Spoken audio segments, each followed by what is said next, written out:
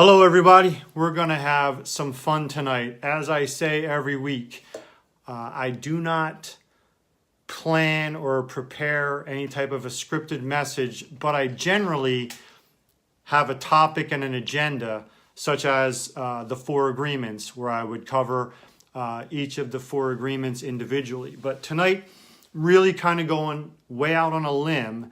And the reason I'm doing that is the overwhelming, see if I can do this the right way, the overwhelming frustration that I see, hear, and feel from the folks out there that are watching the news and paying attention. So tonight is all about finding a way. If you saw my last post, which is a shout out to my friends in Oregon, in Medford, Oregon specifically, Miss Sheila Gunderson has always stayed dear to my heart. That picture is a funny story that's for another time, but that post about learning to sit back because everything doesn't deserve a reaction, that was something that I had to learn. It was a painful process for me personally, because I've been, for my entire life, somebody who thought before I reacted, but I reacted. I was always very proactive.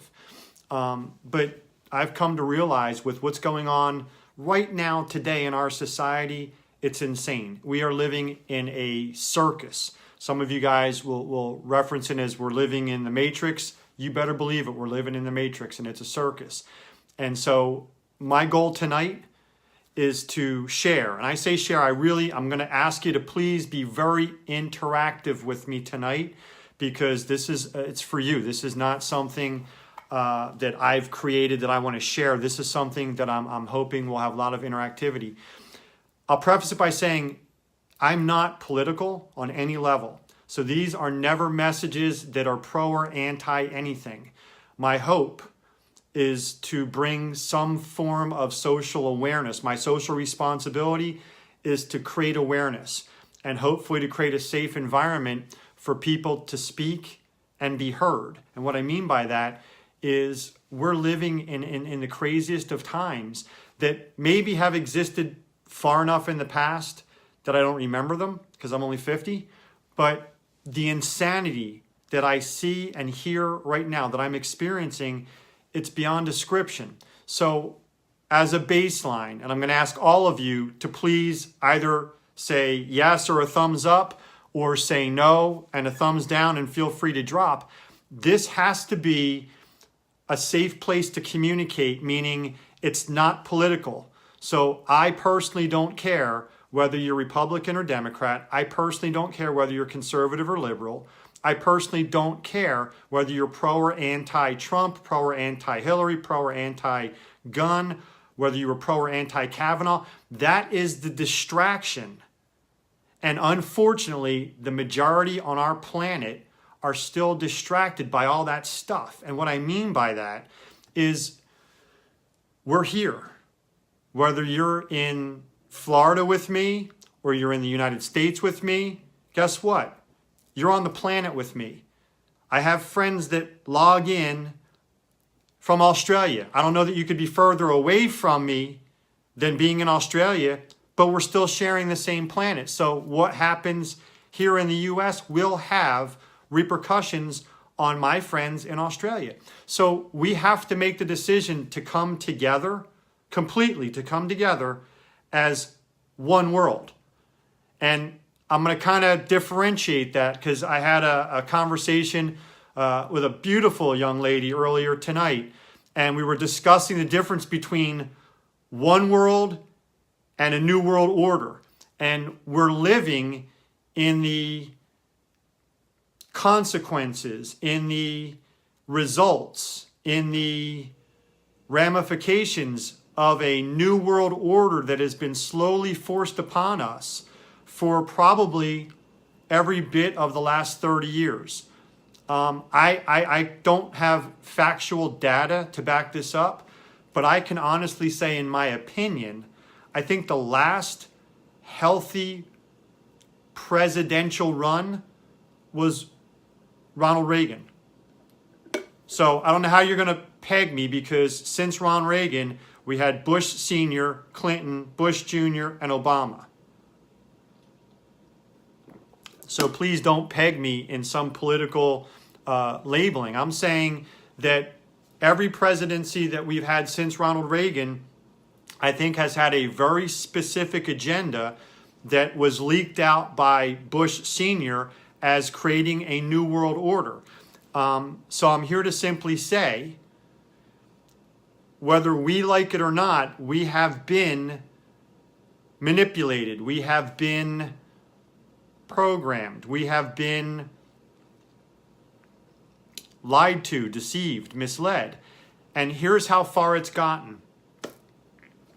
I live in Southwest Florida. I live in the United States. I was born in New Jersey.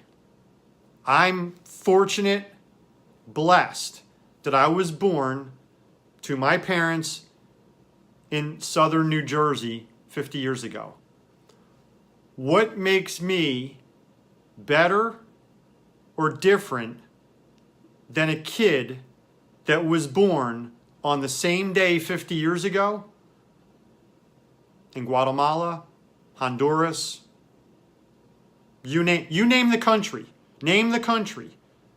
What? I had nothing to do with it. I was just born. I hatched right here in the United States of America, in the suburbs of Philadelphia, in South Jersey. So my whole life was basically, I don't want to say predestined, but I was given a lot of opportunity because of where I was born and who I was born to. Even in this country, there are people that will say, you have white privilege because I was born a Caucasian male. I didn't have anything to do with that. That was divine order. I hatched. I had nothing to do with it. That's just how I came out, as a little white male, born to my parents in southern New Jersey. The reason I'm bringing this up and the reason why I'm asking for the interactivity is today in the U.S., we're watching our country basically playing out to a very near revolutionary war / civil war scenario.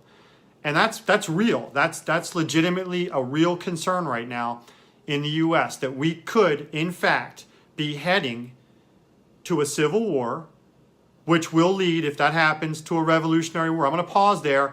Does anyone agree with what I'm saying? If you've been in any way influenced by the media in the last, let's just say 30 days, forget longer than that, the last 30 days, that there's nonstop media coverage of the division in our country between liberals and conservatives and Republicans and Democrats and patriots and socialists, and however you want to divide and label us.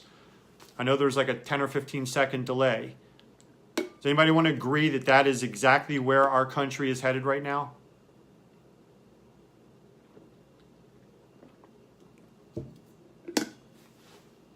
Because my point in having this conversation tonight is to do my little part to create whatever awareness I can to derail those plans, to derail the right now inevitable civil / revolutionary war that we're heading towards.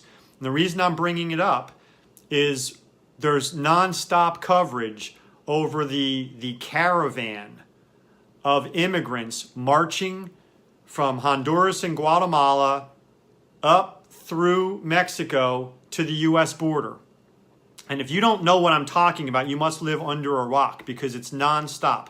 I don't watch any news, and yet I still know everything about it because it's on Facebook, it's on Twitter, it's all over the place. So my question is this: what is it that has created the difference between the 50-year-old male that was born in Honduras or Guatemala the same day I was born in the U.S. in South Jersey? What's the real difference? It's not rhetorical. I'm asking sincerely, what's the real difference? And I'm using me as an example so nobody can go out there and say that I'm criticizing them. I'm saying that I've had, good days and bad days. I've had successes. I've had failures. I've had support. I've had people tear me down. I've had all that stuff. But I'm willing to say that because I was born, in the suburbs of Philadelphia in South Jersey, that I had privilege. Now, that being said, what is it that has caused us to be so angry as United States citizens? What is it that has driven us so far apart that we now can't get along? And more importantly, we're about to have a civil war in our country, because there's a caravan of thousands of immigrants marching towards our border. Now, it's a political game. It's for the midterm elections. It's to keep people all fired up. But I'm trying to ask the question. Now, I'll ask it this way. I live in Southwest Florida. We have a beach. We get to go walk on the beach anytime we want.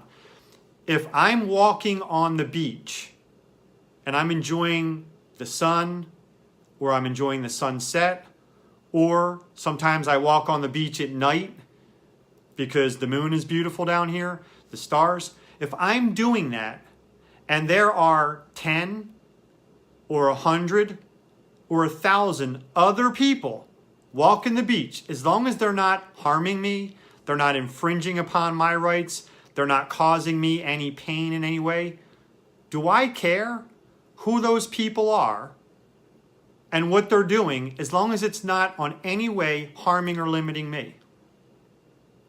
I'm enjoying the beach. I'm enjoying whether it's the sunshine, the sunset, or the moon.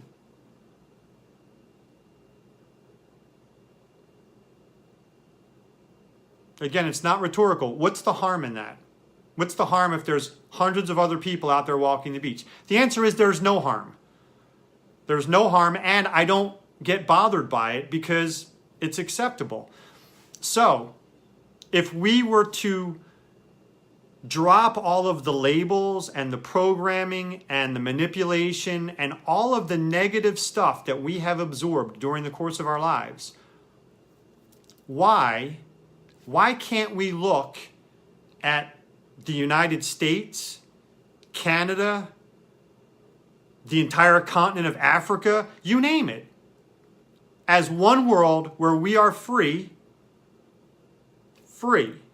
All of us are free. Because I'm going to get to the problem. I just want to paint a different picture for a second, where we're free to travel and enjoy. I've been struggling with a lot of this stuff since high school. Some of you on here have known me since high school and college. Some of you have met me later in life. But I can remember having this discussion as a junior and a senior in high school when I was arguing what makes one college, one university better than another, to the point where the tuition is 4 times to 10 times more expensive.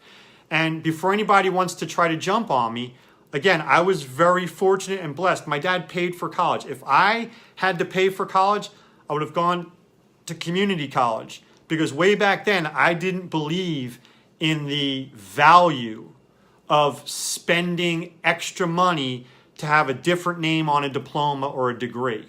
Now, my argument back then was, if you're going to study mathematics, mathematics will be the same at Glassboro State College, which is now called Rowan in South Jersey, or Stanford University. Math is math. If you're going to study physics, physics is physics. If you're going to study history, history is history. If you're going to study foreign language, whatever you're going to study, it's the same. It's the same. So what makes one school, $1,500 a semester, and another school $15,000 a semester? What determines that, other than somebody said so and it became part of, we became indoctrinated into it. We wanted to say, I graduated from Stanford or I graduated from Notre Dame. I don't use my diploma from high school or my degree from college. I don't talk about it, nothing, because I'd rather you judge me on who I am. Now, I actually went to a great university. I actually had a great education.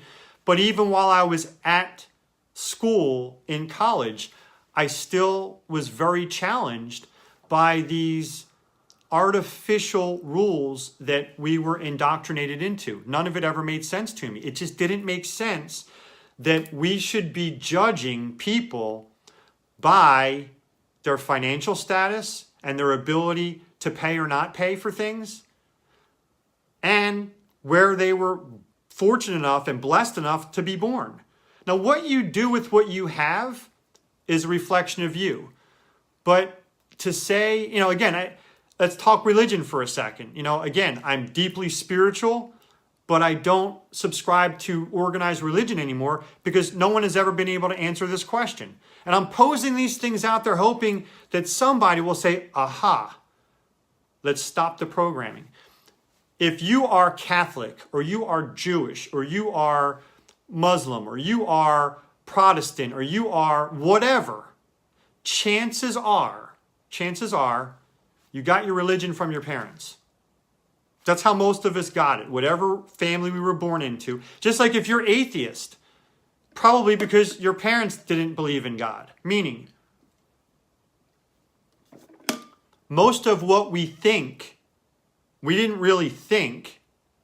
We were taught. We heard.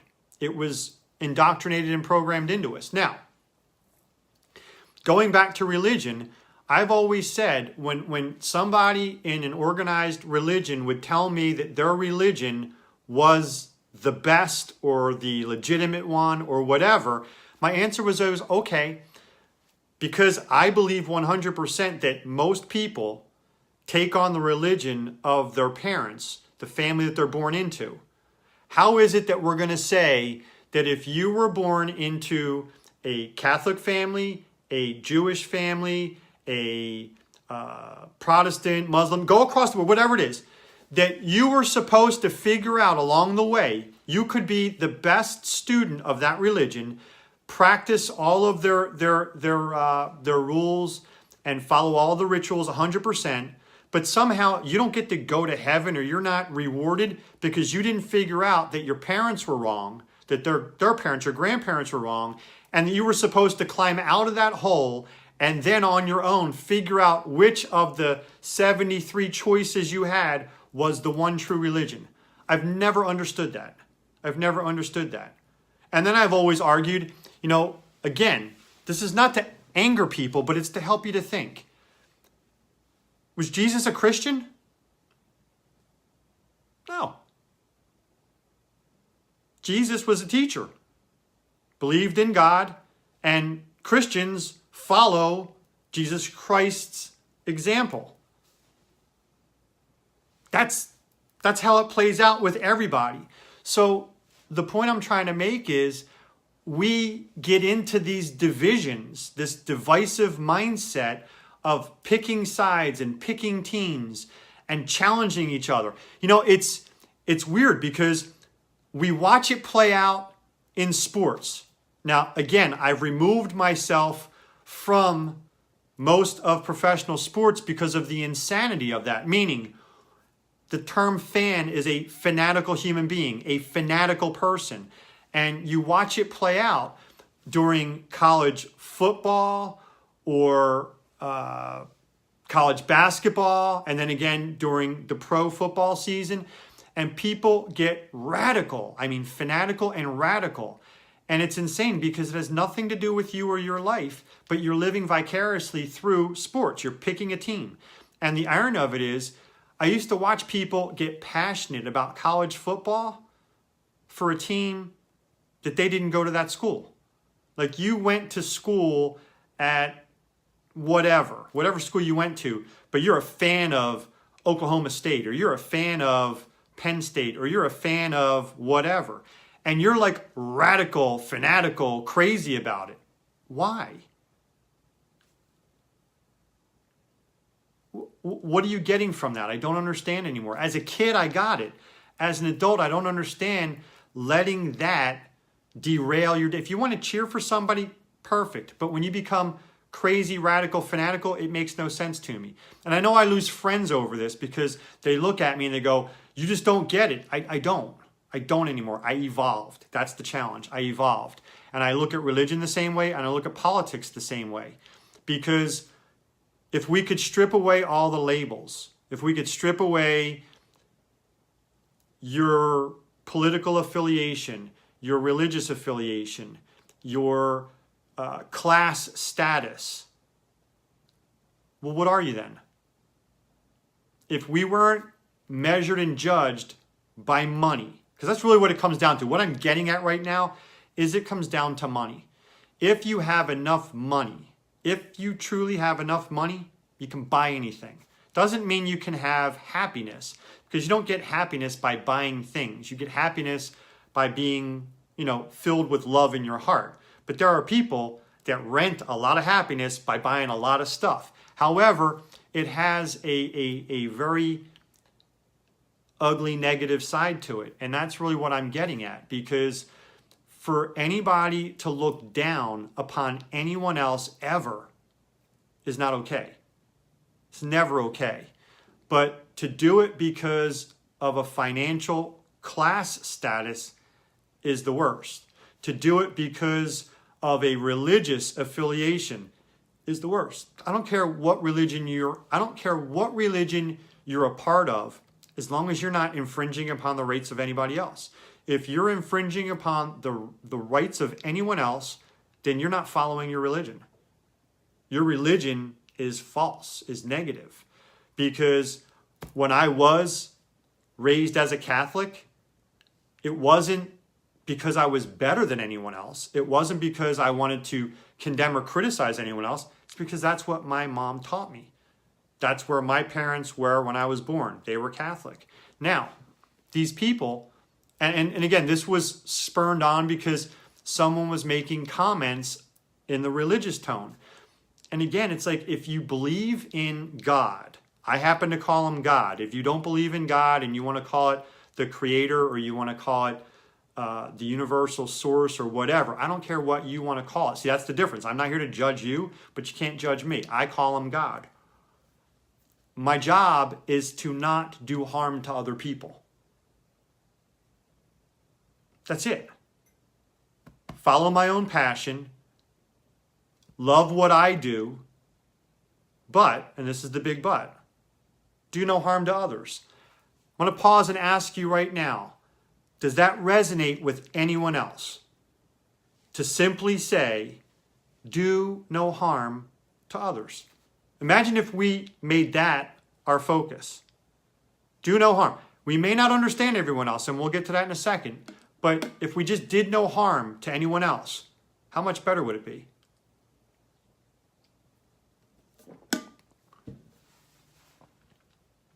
Because unfortunately, too many people, literally, we have these beliefs that were indoctrinated into us, and we stand on those beliefs, even though we don't have any proof of anything. People say, I know. I go, what do you know? And then when they reiterate, I go, no, that's what you were told. And I'll give you a perfect example. I watch people post all over Facebook stuff that I know that they heard from, whether it was Fox News or CNN News or whatever. They're regurgitating stuff as if they were there, or as if it happened to them, or as if they thought of it on their own. And again, I'm not judging or criticizing. I'm just saying, when you do that, to me, you're screaming, hi, I'm still being manipulated and programmed. So I private message people and say, hey, what made you post that? What are you trying to accomplish with that? And then they immediately defend their position. I said, wait a minute, I'm not attacking you. I'm asking the question. Because I would prefer you to think free for yourself, not be controlled or programmed or manipulated. So I'm asking you, and what happens half the time, they get defensive. Okay, they get defensive. Or the other half of the time, they have the aha moment and they wake up and they say, You're right. I don't know. Because the only things that we can honestly say we know are the things that we personally, 100% personally experienced. I know I'm holding this giant thermos. I know that I am. Now watch this. I can tell you that I'm still holding it, but you don't know. You can say, I believe John's still holding it, but maybe he put it down. I believe John's still holding it because I saw it in his hand. And look, you don't really know. Only I know if I then picked it back up again. That's life. That's a simple example of life. But we take our beliefs, we embed them so deeply that we lose the ability, okay? We lose the ability to have even the tiniest splinter of a door open to something else. Just think about that for a second. People go through their lives so indoctrinated into their beliefs that they refuse to acknowledge there could be another answer. That's crazy. I know I'm holding this, so I don't need to leave that up.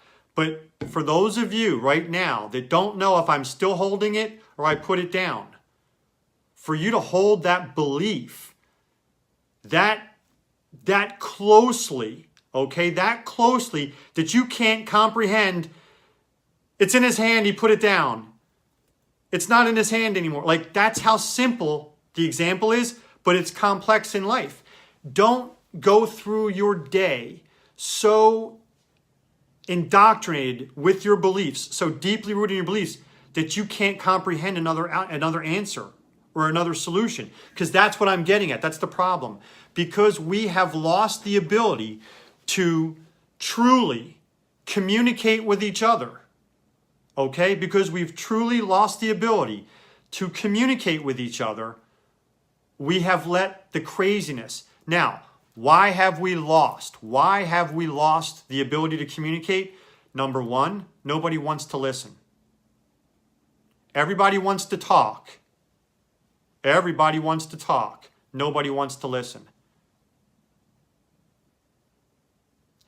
If you can avoid this trap, when you're in a conversation with somebody, don't formulate your next contribution waiting for them to pause. Actually invest your energies into paying attention and seeking to understand the person that you're talking to. It was one of the most important habits from Stephen Covey, 7 Habits of Highly Effective People, to seek first to understand and only then to be understood. But if we could actually listen to other people with an intensity and with the pure intention of understanding them, we could solve 99% of the problems. Here's why. Do you know where the confusion comes in? Number one, because people have predisposed expectations based upon assumptions. See, I deal with it all the time. And I know this bothers some of you. I have really long hair now. I've been letting my hair grow for 3 years. So there are people that now look at me and will judge me because they see the long hair. I personally don't care, because if you're the type of person that's going to judge me by my long hair, you don't deserve to have me in your life, because I'm pretty cool. And I mean that sincerely. The reason I say it is I am my brain and my heart. What you see, whether I'm fat or thin, whether I have clear skin or I look ragged, whether I have a buzz cut or I have long hair, that's window dressing. That's not who I am.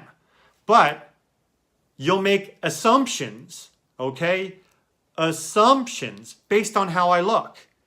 Who loses then? You. As kids, we called it don't judge a book by its cover. But when you make assumptions about anyone or anything, you are burning the bridge to communication and understanding. If you set expectations about something you're burning the bridge to a healthy outcome. Because see, when you make assumptions, you're eliminating that person's ability to share anything with you. You've already made your decision on them.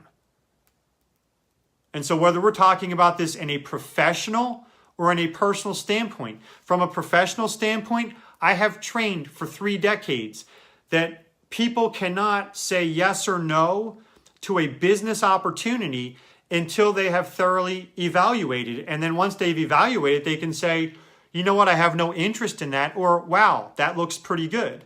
But until you evaluate it, you can't possibly have any type of an opinion that's either intelligent or valid. Now, flip sides. If we flip it over to a personal relationship and somebody makes assumptions about things, I want you to think about this for a second.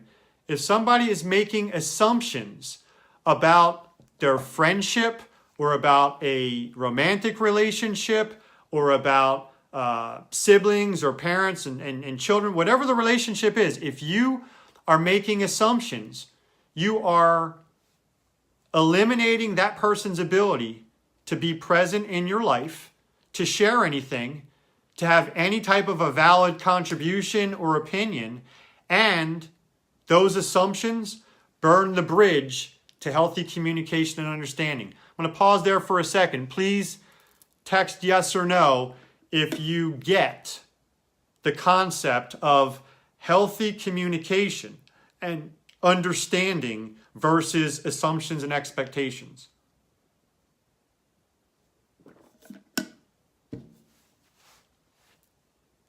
Because I'm trying to bring this to the micro level right now. I can't solve the world's problems tonight. I can't solve our country's problems tonight. But if I can help one of you leave this Facebook Live and have healthier communication with your spouse or your significant other or your children or somebody, then I did my job. Because honestly, that's what it comes down to. Now, to bring it full circle, I will tell you, I personally am not excited at the potential outcome of this caravan marching north to the southern borders of the United States of America. And here's why I'm not looking forward to it. See, it's not up to me to decide whether or not any of those people deserve to be here. It's not up to me. It's not up to you. We, in this country right now, have a set of laws. Now, if we are willing, and that's why I keep floating the term out there, a revolutionary war, I've been saying since high school that we need to completely revamp this stupid two-party system that has not changed anyone ever. That's how I feel. But you play the cards that you're dealt, okay? You play with the cards that you're dealt. So here in the U.S., we have rules and we have laws. Now, I feel bad for all the angry people that I come across on my Facebook profile. Because when I say angry people, there's some really angry people. And they're angry for the wrong reasons. Now again, not political on any level. Here's what's probably going to happen. Our President Trump has already said they're not coming in to the country illegally. He's made it public. So whether you like him or not, he was transparent. He said this is the rule. He's run his entire campaign prior to being elected and his entire presidency on stopping illegal immigration into this country. Now, there's no secret to that. So who came up with the idea to mobilize? Because this is not an accident, and this is why I get so frustrated at the idiocy out there. Like, I don't want to call anybody stupid, but let's just state some facts here. It's a couple of weeks before an extremely important, possibly the most important midterm elections that have ever happened in my lifetime. And 3 weeks before these midterm elections, the most controversial topic in this current presidency is illegal immigration. So does anyone want to tell me how in the world 4, 5, 6, 7,000 immigrants from Honduras and Guatemala managed to organize a march up through Honduras, Guatemala, Mexico, to the United States of America? And those of you that are saying they're seeking refuge, they could have stopped many different places. They're coming to the U.S. because it's a political stunt. It's a political stunt designed to divide us into people that want to let them in and people that don't want to let them in. I'm saying, as a free thinker, I'm upset at the result that's going to happen when they do get here. Because our president has already said, I'm going to mobilize our military. Now, I don't care whether it's women and children or it's hardened drug cartel criminals. They're not going to stand a chance against the United States military. So my guess is we'll have our military at the border saying, turn around and go back, or welcome to your detention center. That's pretty much how it's going to play out, because I don't see them being let in. Now, knowing that, why is it happening? Why is it happening? Now, I can't stop it from happening, but what I'm asking each and every one of you is to think for yourself. Instead of being reactionary, instead of becoming a bigger part of a big problem that already exists, can we not feed that fire? For those of you saying they don't belong here, the reason they don't belong here is not their fault. The reason they don't belong here is because we have rules in place. There are rules in place that we as American citizens who work, pay our taxes, and we are heavily taxed. Okay? And we pay dearly for all the stuff that we have. So if you're here in the U.S. working and paying bills and paying taxes and doing all that, then you have the right to say, wait a minute, why do those people get to come in and get everything for free? You legitimately have the right to say that. For those people saying we need to have open borders, everybody should be welcomed, you have that right. However, your argument is with the wrong person. Your argument is not with the person who doesn't agree with you. Your argument is with the branch of our government, okay? Not the presidency, not the Supreme Court, but our Congress. The legislative branch, okay, has to make changes. That's what these midterms are all about.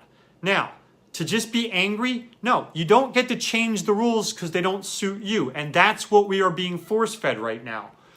Again, to make my point clear, for those of you that are anti-President Donald Trump, there is video documentation. I want to be clear about this. There is video documentation of Barack Obama saying the same thing, Chuck Schumer saying the same thing, Dianne Feinstein saying the same exact thing, saying we cannot allow illegal. Bill Clinton and Hillary Clinton said the same thing. We cannot allow illegal immigration into the U.S. They said it, but it wasn't 24/7 in our face. Donald Trump says it. That's the argument to make him a racist. So I'm trying to say to you, stop being Republican, Democrat, conservative, liberal, and be a human being. Be a citizen of the earth. And if you live in the United States, because I know my buddy Michael Pania is on from Australia, he's a citizen of the earth. Okay, we're from the planet Earth, and I happen to be here in the U.S. But we've got to stop being divided because whether it's the media or the political parties or whatever are trying to drive this wedge. The reality is this. In our current status as a country right now, those 4, 5, 6, 7,000 people do not have the right to just walk in and say, I'm here, give me everything for free. Because if that's the case, I'm challenging all of you right now. If that's the case, why don't I, John Costino, get to stop working, do no more work, and say, I've been here for 50 years, I want my free stuff too. I'm going to pause until someone can give me that answer. If we're going to agree that those people, because I started off this whole video saying, what is the difference between me and the male that was born 50 years ago, the same day I was, in Honduras, Guatemala, or anywhere else? What's the difference? There's no difference. There's no difference. I was born here. I was blessed. He was born wherever, and he didn't get the same opportunity. But all I'm asking you is, if we're going to say that the 4, 5, 6, 7,000 people, if they walk across the border and say, I'm here, they now have the right to get everything for free. My question is, do I have that same right to post on Facebook tomorrow, wait a minute, I'm here too, and I would like everything for free? Can someone please answer that? This is not rhetorical. I'm hoping to have a breakthrough with somebody.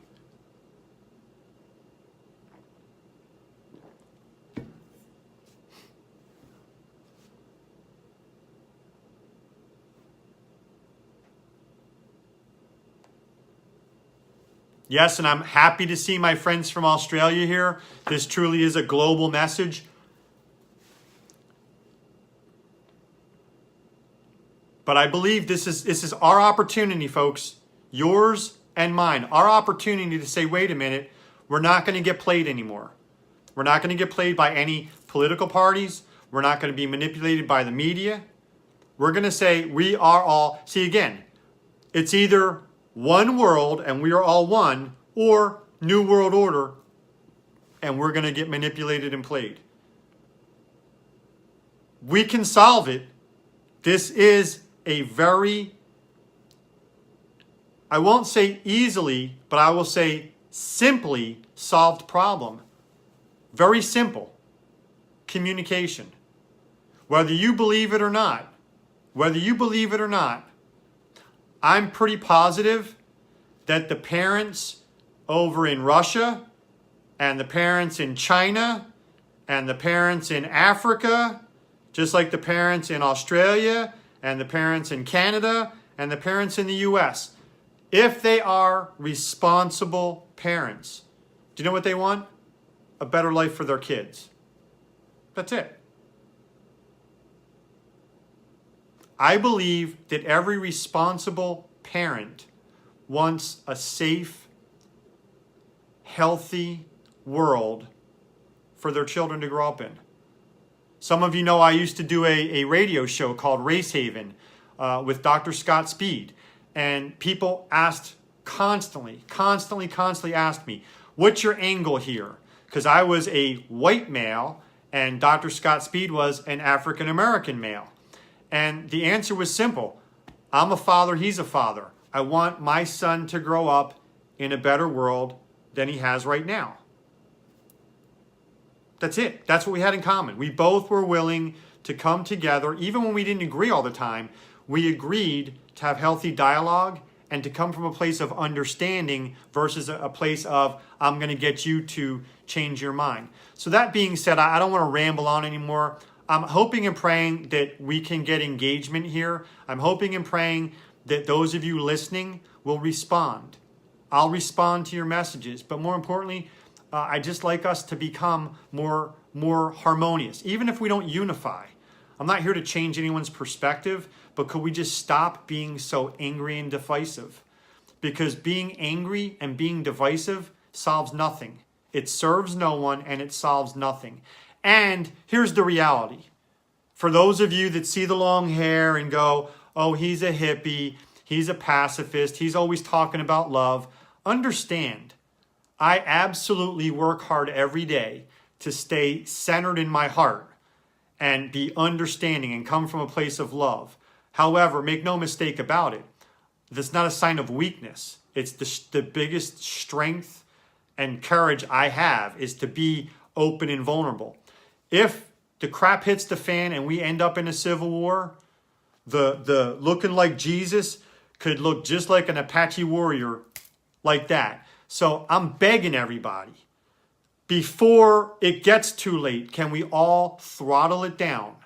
Can we all drop the anger? Can we all drop the nastiness? Can we all drop the divisiveness? Because the more we stay divided and separated, white, black, male, female, by religion, by political party, by financial class, the more divided we stay, the worse it's going to be. Until we can look at each other and just say, you know what? We have to share this same little plot of dirt. And since we've got to stay here, let's get along. If you're not sure, just go to any playground. Go to any playground where the kids are under 4 years old. Because I still use that as my example. When my son, he's 11 now. When my son used to go to the park at 4, 5, 6, 7 years old, all he cared about was one thing. Man, I hope there's kids to play with. He didn't say, oh, there's Chinese kids, or there's Mexican kids, or there's black kids, or there's white kids. He just wanted to see kids to go play with. That's all he cared about. So why is it that as adults, we can't keep things that simple? We do not have to agree on everything. But when did it become, if you don't agree with me, I'm going to attack you?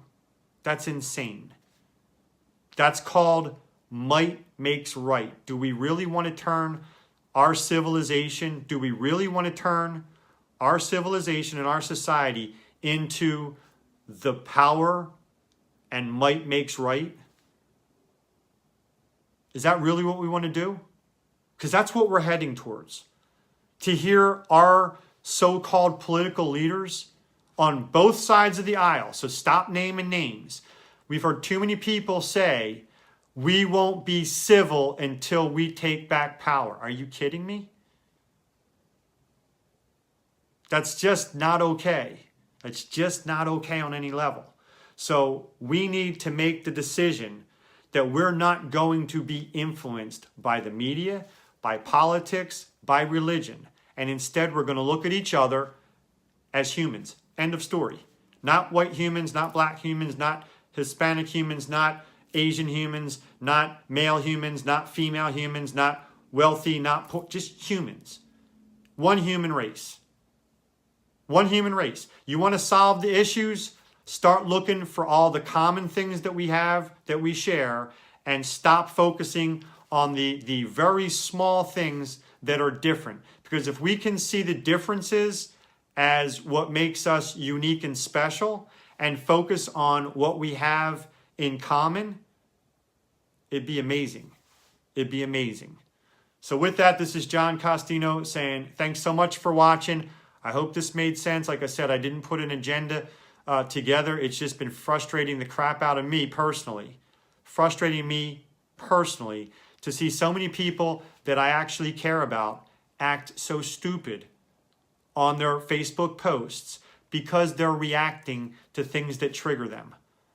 That's all I can say is stop reacting. Stop allowing anyone else to trigger you into what really is just not healthy behavior, and it's not conducive to a harmonious society. So until next Wednesday, this is John Costino saying thanks for being here. I'm sending out as much positive energy and love to the entire country and across this world, because we are headed real fast towards a blank storm at the southern border of the United States of America sometime in the next couple of days. And all I can say to you is don't contribute to it. Don't feed into it, and don't make it worse. Good night. God bless. See you soon. Bye-bye, everybody.